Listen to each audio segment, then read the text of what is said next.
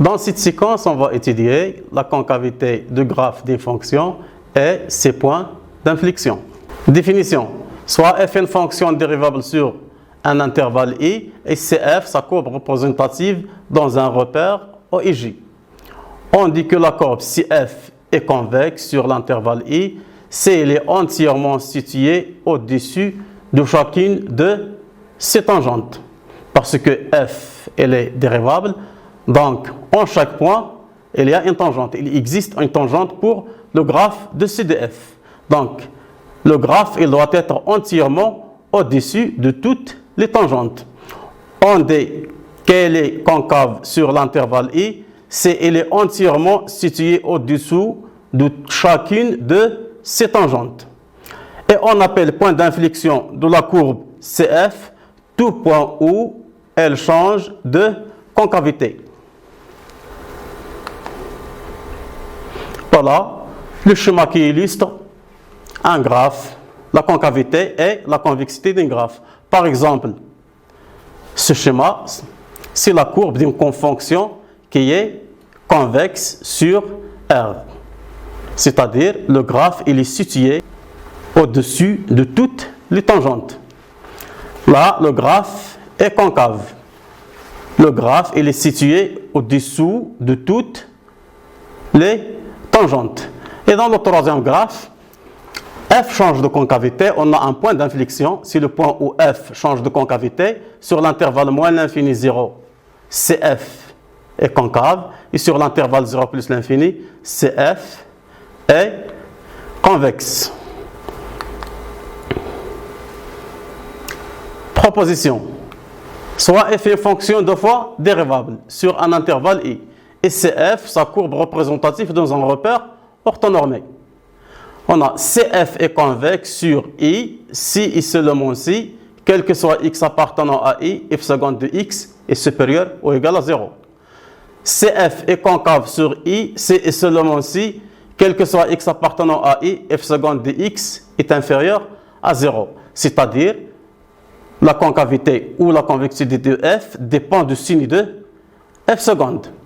On dit que le point M de coordonnées A, f de A est un point d'inflexion de la courbe CF. Si et seulement si f seconde s'annule, il change de signe au voisinage de A. Exercice d'application. Soit f la fonction définie sur R par f de x est égal à x à la puissance 3 moins 3x carré. Première question. Étudier la concavité de la courbe de f et déterminer ses points d'inflexion. Petit b. Déterminer l'équation de la tangente de la courbe de f au point d'abscisse 1.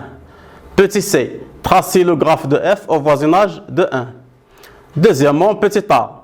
Montrer que la droite d d'équation y est égale à 9x moins 27 est la tangente à la courbe de f au point d'abscisse 3. Petit b. En déduire que pour tout x supérieur ou égal à 1, x à la puissance 3 moins 3x carré moins 9x plus 27 est supérieur ou égal à 0. Correction pour la première question. Petit a. F est deux fois dérivable sur R parce que c'est une fonction polynomiale. Soit x appartenant à R, on a f' de x est égal à 3x carré moins 6x et f seconde de x est égal à 6x moins 6. Donc, on doit étudier le signe de f seconde. F seconde est un polynôme de premier degré, ax plus b. Vous avez vu au tronc commun la manière avec laquelle on étudie le signe de ax plus b. On a f seconde de x est égal à 0, équivalent à 6x moins 6 est égal à 0, équivalent à x est égal à 1. On ne peut pas pour le moment juger que le point d'abscisse 1 est un point d'inflexion parce qu'on doit étudier le signe de f seconde. Mais f seconde est sous la forme ax plus b, c'est un polynôme de premier degré qui s'annule en 1. Donc, le signe de f seconde qui est 6x moins 6, elle est à droite positif de 1, à droite de 1, ou sur l'intervalle 1 plus l'infini, il est positif, et sur l'intervalle moins l'infini 1, f seconde est négatif. Donc, CF est concave sur l'intervalle moins l'infini 1 et il est convexe sur l'intervalle 1, plus l'infini.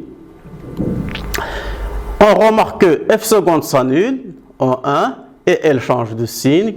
Donc, le point I de coordonnée 1, moins 2 est un point d'inflexion, d'où la courbe de f. Petit b, l'équation de la tangente au point d'abscisse 1. On a bien sûr f est dérivable, donc il admet une tangente au point d'abscisse 1. L'équation de la tangente est y est égal à f' de 1, facteur de x moins 1 plus f de 1. f' de 1, on le calcule dans l'expression de la dérivée, qui est égale à moins 3. Et f de 1, on le calcule dans l'expression de f. Donc, l'équation de la tangente est y est égal à moins 3 facteur de x moins 1 moins 2 est égal à moins 3x plus 1. Petit c, voilà, c'est le graphe de la fonction f. On remarque qu'elle est convexe sur l'intervalle 1 plus l'infini, il est concave sur moins l'infini 1 et elle présente un point d'inflexion au point I de coordonnée 1, moins 2. Deuxièmement, petit a, y est égal à f' de 3 fois x moins 3 plus f de 3. C'est l'équation de la tangente au point d'abscisse 3, qui est égal à 9, f' de 3, facteur de x moins 3 plus 0. 0, c'est f de 3 est égal à 9x moins 27. Petit b, puisque la courbe de la fonction f est convexe sur l'intervalle 1 plus l'infini, alors la courbe est au-dessus de toutes ces tangentes. Et là, on va faire appel à la position relative de deux courbes. Puisque CF est situé au-dessus de toutes ces tangentes, en particulier CF est situé au-dessus de la tangente d'équation y est égal à 9x moins 27. D'où, quel que soit x appartenant à l'intervalle 1 plus l'infini, f de x est supérieur ou égal à y. C'est-à-dire, x à la puissance 3 moins 3x carré est supérieur ou égal à 9x moins 27. Par suite, x à la puissance 3 moins 3x carré moins 9x plus 27 est supérieur ou égal à 0. On va voir un graphe qui va illustrer cette proposition. Voilà, le graphe suivant représente la fonction qui a x fait associé x à la puissance 3 moins 3x carré plus 3. Comme vous le voyez, cette courbe est convexe sur l'intervalle 1 plus l'infini. Elle est convexe sur l'intervalle 1 plus l'infini. Et elle est concave sur l'intervalle moins l'infini 1. Et on a un point d'inflexion, c'est le point I de coordonnée 1, 1. On a une animation qui va illustrer le fait que si CF est concave, alors CF est au-dessous de toutes ces tangentes. Voilà, c'est la tangente. La tangente. Le graphe est toujours au-dessous de la tangente, car CF est concave. Le graphe est toujours au-dessous de la tangente. On s'approche du point d'inflexion. Là, il faut faire attention là. À droite de la tangente, CF est au-dessus de la tangente, car CF est convexe. Et à gauche de 1, CF est au-dessous de la tangente, car CF est concave. Donc, il faut faire attention. La position relative de CF par rapport à la tangente au point d'inflexion, il y a un changement de la position relative. À droite, CF au-dessus de la tangente et à gauche, CF au-dessous de la tangente. Voilà, on continue. On continue, vous voyez, puisque CF est convexe, donc il est toujours au-dessus de la tangente. Voilà. C'est tout pour ce graphe-là. Il illustre la position relative de la tangente par rapport au graphe de la fonction. Dans les deux cas, le cas où f convexe et le cas où f est concave. Et ce qui est important aussi, c'est le point d'inflexion.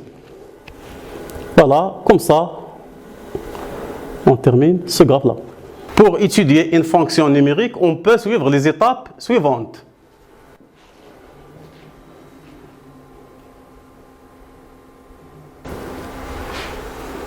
Comme résumé de cette séquence, on a vu la concavité et la convexité du graphe d'une fonction sur un intervalle i, et on a aussi traité les points d'inflexion. On a donné au début la définition de chacune de ces notions, puis on a donné une proposition qui est pratique en ce qui concerne les exercices, c'est-à-dire l'étude de la convexité et les points d'inflexion d'une fonction à l'aide de la dérivée seconde. Ainsi prend fin la séquence d'aujourd'hui. Chers apprenantes, chers apprenants, je vous souhaite bonne chance.